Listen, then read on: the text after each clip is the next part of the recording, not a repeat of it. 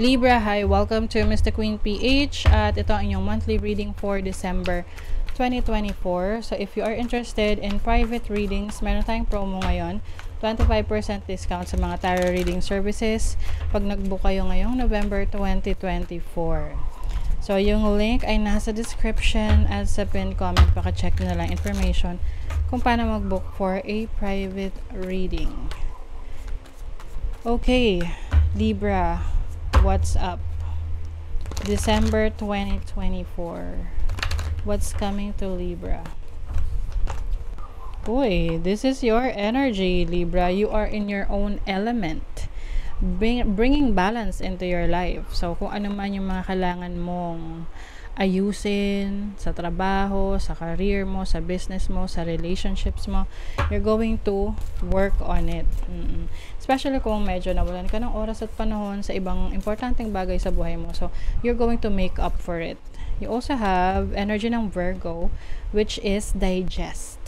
Energy ng Virgo is about, it's like understanding yung mga nangyayari sa paligid mo, absorbing things na sa tingin mo ay makakabuti para sa'yo. Some of you will also learn something new. Meron kang mga i-improve sa iyong knowledge, sa iyong skill set, sa iyong trabaho. I think mas magiging focus ka ngayon sa work mo ngayong December. Andyan yung iyong full attention rin, lalo na kung medyo napabayaan mo siya nung mga nakaraan. This can be your business, your career, your job, and also your health, no? So kasi part rin ng pagbabalance yan is yung time mo rin sa sarili mo to take care of yourself, to practice self-love and self-care. Yes. You have trine, symbiosis, or sextile. So this is about help, tulong. I see that some people will also be there for you, to assist you, to take care of you, to comfort you, to support you. So you will meet people na tutulong sa mga goals mo, or you are already with these people na yung mga kasama mo sa trabaho, sa family mo, they are there to support you.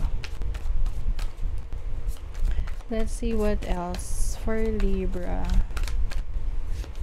You have the Four of Wands. This is union, freedom. So Four of Wands is also about your foundation. So importante rin sa iyo na yung mga taong nasa paligid mo ay mga maaasahan mo, especially your family. You will also do some things like related sa bahay, home life, family life. Pwedeng meron kayong gagawing renovation sa bahay, or pag-accessorize ng bahay, pag-ayos, redecoration ng bahay, or meron kayong may bibilhin kayong property. And also, ito ay symbol din to ng celebration within the family. So this can be a reunion, get together. Yes, you have the Justice card. Wow, super in your element talaga kayo, Libra. I think this is the best time of the year for you to know what you want. Kasi pwedeng ng mga nakaraang buwan, magulo yung isip nyo, like you can't decide on a lot of things, but ngayong December, magkakaroon kayo ng clarity about what you really want in life, at ano yung gusto nyong ma-pursue or i-achieve. Moving forward, I also see you na setting your goals ngayong December. Hindi lang for December, but also for the next year, which is 2025. You have the Wheel of Fortune. Yes, you are moving forward. You are being led to your destiny. Maaring marami kang mga goals ngayong December na magiging in alignment of your life's purpose, of your destiny, whatever you want to pursue in your life right now. This is also change ng situation mo ngayon. So parang may transition dito. It's either you are lilipat ng bahay or ng trabaho, or may pagbabago sa mga projects na gusto mong i-pursue ngayon. You also have the Seven of Pentacles. So this is about success, potential na success for your goals. And this is also about patience, no? So, maaring may mga bagay na kailangan ka munang hintayin para makuha mo yung resulta na gusto mo. Oo. As long as you are working on it, so definitely makukuha mo yung result na gusto mo. Because this is waiting for fruition. Kumbaga, trinabaho mo na siya. Andun na, nag-effort ka na. So, naghihintay ka na lang nung resulta. Yung iba sa inyo, may mga exams na tinake ng mga nakaraang buwan at ngayong December lalabas yung resulta. Or may mga in-applyan kayo and ngayon yung makikita yung resulta. And even yung mga investments. Oo. So, maaring meron kayong investments and then ngayong December, makikita nyo na yung resulta ng ininvest ninyo kung ito ba'y lumago. But for some of you, merong paglago ng investments ninyo. Uy, you have the star. Yes. This is about wish fulfillment. So, maaring meron kang wish na matutupad. Ngayong December, marami kang goals na ma-achieve ngayon. And you will feel more inspired. Okay, to do more things. Syempre, no, kapag tayo ay, yung kung meron tayong mga goals, tapos nakukuha natin yung resulta na gusto natin, di ba nakaka-excite lalo yun? Parang, nag-i-inspire, mas nag-i-inspire sa atin na to do better, no? So, that's what I'm seeing for you. You are also healing from your past. Kung nagkaroon ka ng health issues, no? Ngayong December, tuloy-tuloy na yung pag-recover mo.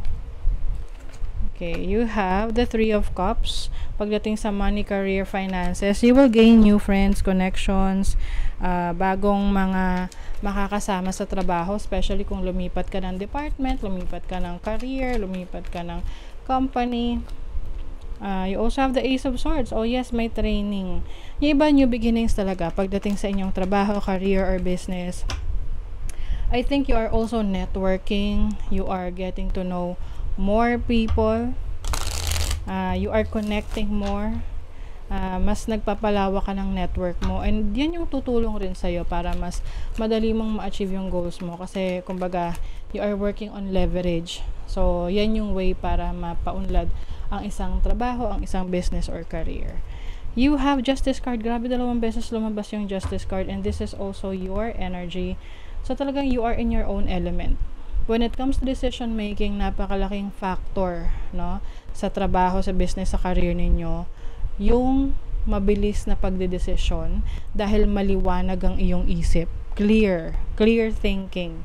'Di ba? Kaya lang naman tayo medyo nahihirapang mag-decide kasi hindi tayo sigurado sa gusto natin or hindi tayo well-versed or hindi tayo knowledgeable sa gusto nating subukan, 'di ba? So for some of you, you know what you want and you're going to get what you want in your money, career, finances. So sa love life naman, you have the Moon.